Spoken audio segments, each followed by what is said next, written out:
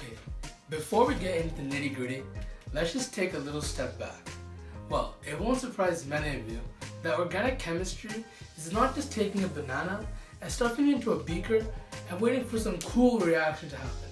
Instead, it's a little bit more complex than that. Organic chemistry is the study of carbon and the study of the chemistry of life. Me, you, your dog, and the nail polish in mom's closet are all comprised of organic compounds. Since not all carbon reactions are organic, another way to look at organic chemistry would be to consider it the study of the molecules containing the carbon and hydrogen bond and their reactions. In short, it's sort of a secret tunnel into the greater understanding of the world itself. There are quite literally millions and millions of organic compounds used in daily life. I want to share with you guys 3 different organic compounds. The first one is methylphenylacetate.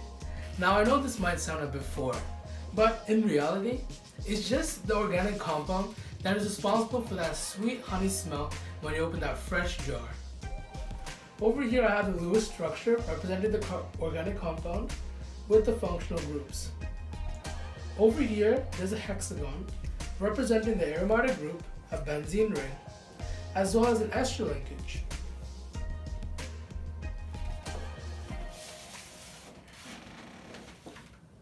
Ibuprofen is another organic compound you might have heard. It is the over-the-counter pain medication you might take if you have a headache or any other general pain around your body. Over here I have the Lewis structure representing all of its functional groups. Over here once again there's a hexagon representing the aromatic group, a benzene ring, as well as a carboxyl group.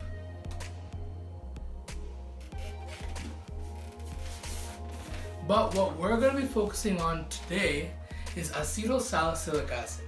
Now I know that might be a real mouthful, but don't worry. It's something that you might be familiar with, aspirin. Over here, I have a Lewis structure representing aspirin. It has all the 3 types of different functional groups present. The first one is a carboxyl group. The second one is the hexagon representing the aromatic group, a benzene ring, followed by an ester linkage. Woo! Guys, let's jump into our time machines and take a little step back and understand the history of aspirin.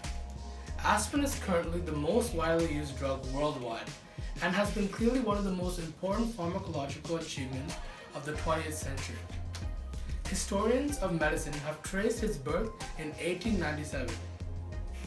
But the fascinating history of aspirin actually dates back to around 3,500 years ago, when willow bark was used as a painkiller and antipyretic by Sumerians and Egyptians, and then by great physicians from ancient Greece and Rome. The modern history of aspirin precursors, salicylates, began in 1763 with Reverend Stone, who was first described their antipyretic effects and continued in the 19th century with many researchers involved in their extraction and chemical synthesis. Bayer chemist Felix Hoffmann synthesized aspirin in 1897, and 70 years later, the pharmacologist John Vane elucidated its mechanism of action in inhibiting prostaglandin production. Originally used as an antipyretic and anti-inflammatory drug, aspirin then became for its anti-platelet properties, a milestone in preventing cardiovascular and cerebrovascular diseases. Aspirin, as you guys know, has been used for thousands and thousands of years, and its benefits have been really tested through time itself. And in today's modern world, aspirin is used to reduce fever and relieve mild to moderate pain from conditions such as muscle aches, toothaches, common cold, and headaches.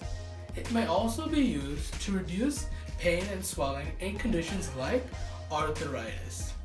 Aspirin is also known as a salicylate and a non-steroidal anti-inflammatory drug, also known as NSAID for short.